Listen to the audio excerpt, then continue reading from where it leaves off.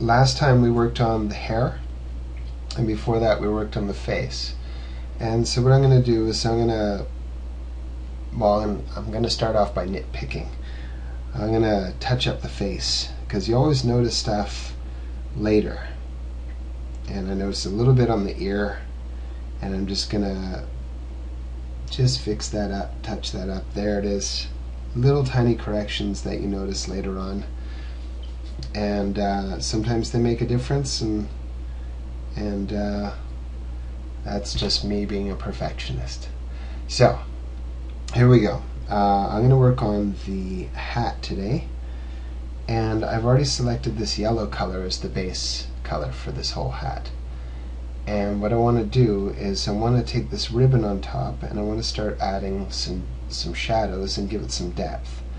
So we have yellows up here on the top row. As you can see, we've got 4, 5, and 6. Now 4A is the shadow for 4, and 5A is the shadow for 5, and so on. Now a good shadow color is going to be anything that's richer and darker than the original yellow, which is 5. So let's take 6 and just start painting in the shadows that we think would be there. So we just follow the illustration, the doodle itself, as the guide for where to color in. It's so simple. And in this case I've picked a really light color that's not it's not too far from the original yellow that I picked. So I'm just going to color in all the shaded areas, and then I'm going to go a little bit outside of those shaded areas, because this is such a light color that it really will be the shadow. Now just like on the face, instead of going along the edge over here on the left, you see that? I could do that, but a better way to do it is to go slightly in from the edge. And that way you still have this brightness on the edge that shows the contour. And I'm going to do that a little bit over here, and just take it up along the edge on the side as well. So the same format being used around. And don't worry, I've colored too much. Don't worry about that. You can go in with the original color and soften those edges, just like we did in the first tutorial. So I'll go back to 5, which was the original yellow color, and now I can just soften these areas a bit and really fine-tune those shadows that I've put in. Like that. And that way we have a lot more control by going back to the original base color that you've selected. And in this case we're going to go into those really dark shadowed areas, and we're going to select a darker yellow, or an orange in this case, and we're going to drop that in as well.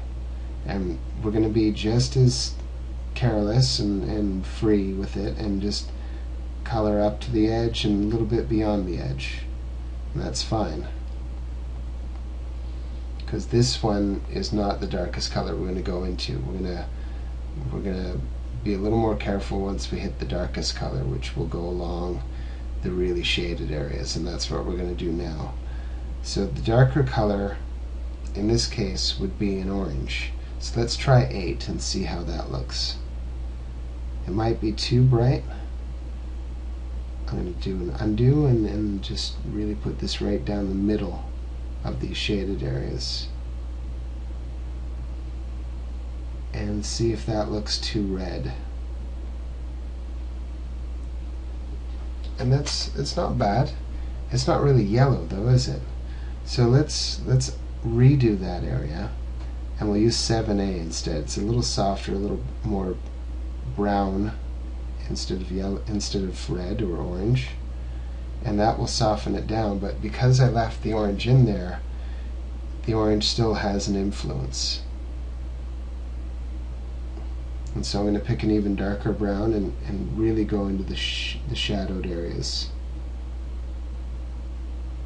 And so all I'm doing is I'm going from light to dark. and just building it up bit by bit. And there we go. Now, the last thing I want to do is I want to pick an even brighter yellow, the brightest yellow I can find, which is number 2 here, and I'm going to add highlights. But instead of doing a shape in the highlight, I'm gonna pepper. I'm gonna stipple again. You'll see over here just a little bit, and just add a little bit of highlight to the highest bits of the ribbon.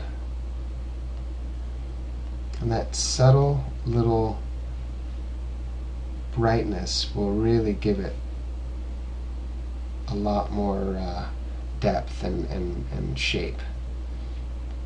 And if I want, I can pick white and go in and actually stipple that in as well and make it look really bright, as if it were made out of a reflective fabric. And you just try to imagine where the light would hit.